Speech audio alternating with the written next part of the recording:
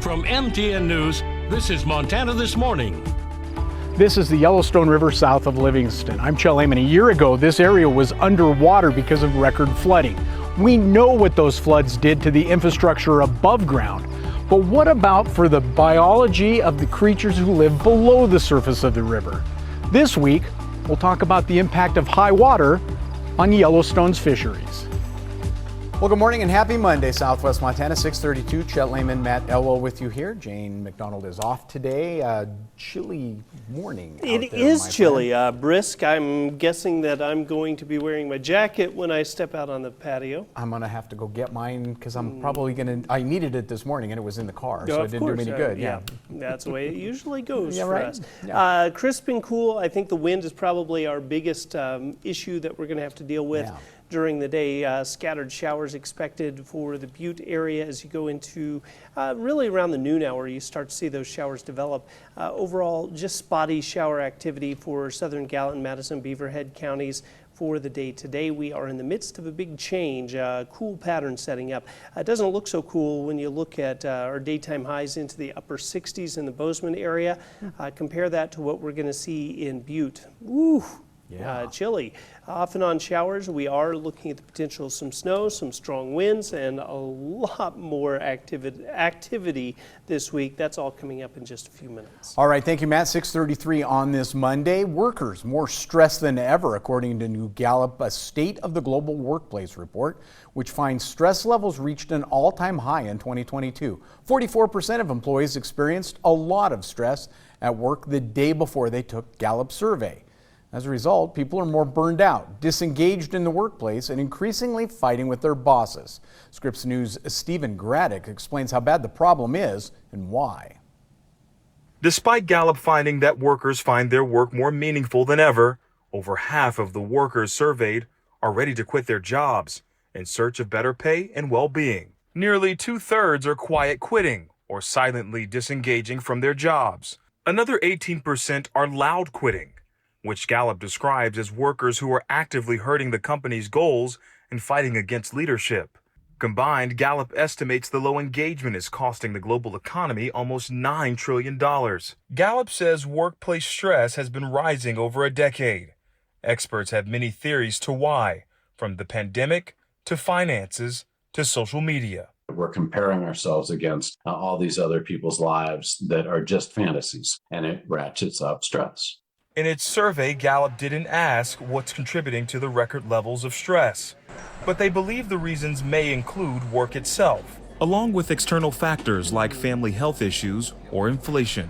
Another recent survey from the consulting firm Robert Half shows professionals are burnt out by heavy workloads, lack of communication, and support from their bosses, and fewer resources to do their jobs effectively. Nearly 40% of workers surveyed said they're more burnt out than they were a year ago, and millennials were experiencing the highest levels of burnout. That matches up with another study by Deloitte in May, which found 39% of millennials across 44 countries are stressed at work, either all or most of the time. Almost half of Gen Zers feel the same way. Employers have to recognize that this is the generation that you're hiring. These are the people that you're bringing on your teams. And so as an organization, you have to set yourself up to allow this to be sustainable. For companies looking to help employees relieve stress, Robert Half recommends communicating early and often, actively listening to workers' concerns, and respecting workload and time off needs. Stephen Graddick, Scripps News. All right, back here at home now. It's been 5 years since Jermaine Charlo was last seen alive. A lot has changed in those 5 years, but one thing has stayed the same: her family's desire for justice and the lead detective's search for the truth.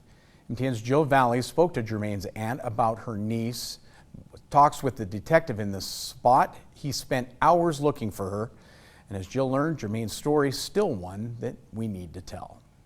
For 5 years, she's gazed down Highway 93 from this billboard north of Missoula, staring back at the mountains that may hold the answers to a lot of questions.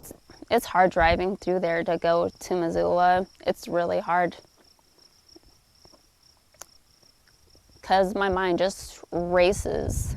Jermaine Charlo was 23 years old when she vanished on June 16, 2018. It was very frustrating. But lead detective Guy Baker is optimistic the answer is out there.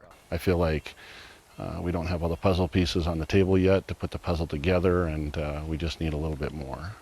I spent time with Detective Baker around part of the vast search area off Evero Hill north of Missoula because leads in the case led investigators to this area on the Flathead Reservation. Here, animal bones are everywhere, and the trees are thick. There's tons of bones up here, and we've been up here and various other locations numerous times where I've sought assistance from the University of Montana Forensic Anthropology Department, and they come and look at bones on numerous occasions to determine if they're human or not, and they haven't been. This is a lot of land. There's a lot of vegetation up there, and I'm always like hopeful that, you know, maybe somebody's out hunting one day, and so every year on Facebook I'm like, all right, it's another hunting season. This is what she was wearing. This is what, if you see something, please do not touch it. Please contact Guy Baker. Guy Baker tells me thousands of hours have gone into the search for Jermaine, using everything from drones to dogs to other forensic technology. There have been dozens of volunteer searches and dozens of law enforcement searches, with more to come. But you see this area, it is so heavily wooded, it's hard to find anything. Nevertheless, Guy Baker says he will not stop until Jermaine is found and someone is arrested. Always hopeful something's going to break and we're going to find her. Guy never met Jermaine, but feels he knows her now, and she's never far from his mind. Many a night I've laid trying to fall asleep looking at the fan going round and round, wondering where Jermaine is. It's very frustrating. This is actually the same outfit she was wearing when she went missing. Frustrating for her family, too. Jermaine's aunt believes Jermaine is gone. I don't know how many searches, I don't know how many volunteers we've had coming, helping us look, and every time it's like you always hope to find her, but at the same time you don't. Valinda tells me Jermaine was funny. She loved fishing and being outside, drawing and knitting and posting on social media. But her first love, being a mother to her 2 young sons. And that may be the hardest part. I can't even imagine what they're going through without having their mom there, and the confusion. Detective Baker is dedicated to keeping Jermaine's story in the public. It's his own cell phone number that's up on that billboard.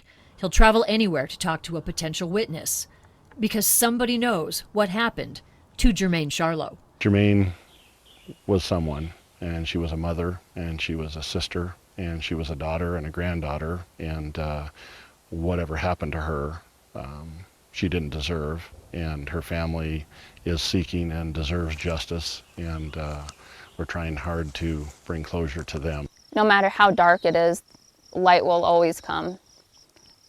And I'm determined. I don't care if I have to look for her until the day I die. I will never stop looking for her. In Evero, Jill Valley, MTN News. All right, 6:40 now. 1 year ago, the Yellowstone River was flowing in places it had not before. The historic flooding caused damage and changed some of the land around it. It certainly affected those who lived near it, but what about those that live in it? We take a look this week in Fish and Wildlife. This is the Yellowstone River south of Livingston. We've all seen the destruction from last year's flooding. Banks washed away, roads washed away, homes washed into the river. But what about for the creatures who live below the surface of this? What did the flooding of 2022 on the Yellowstone River do to the fisheries? That's this week in Fish and Wildlife. A lot of folks have been asking us how the fish in the Yellowstone River have been doing since last year's flooding event. And we've continued yearly sampling just like we have in any other year. This year we saw some good things. First of all, the fish are still here. They didn't get flushed out. They know this by yearly studies. Fish are captured, pit tagged, and returned to the river. Fish caught before the flood were also caught after, and they weren't alone. In terms of population impacts, we did see actually increases in fish populations among brown trout, rainbow trout, and cutthroat trout at the Corwin Springs area. In the Mill Creek section, we saw increases in brown trout and decreases in rainbow trout and cutthroat trout. So kind of some ups and some downs there. Bottom line is that the fish are still here. Flooding events are part of this system. These fish have been with, changes like that for thousands of years, and we expect this system to fully recover from the fishery standpoint. The Yellowstone River has been high and the Yellowstone River has been low. One thing we know for sure is Mother Nature finds a way to make it work no matter what. This week on the Yellowstone River south of Livingston, Chet Lehman, MTN News. All right, 6:42. We're going to take a break here on Montana This Morning, but when we come back, our John Matterreath with some advice. Basically, don't put all your eggs in one basket. He'll explain.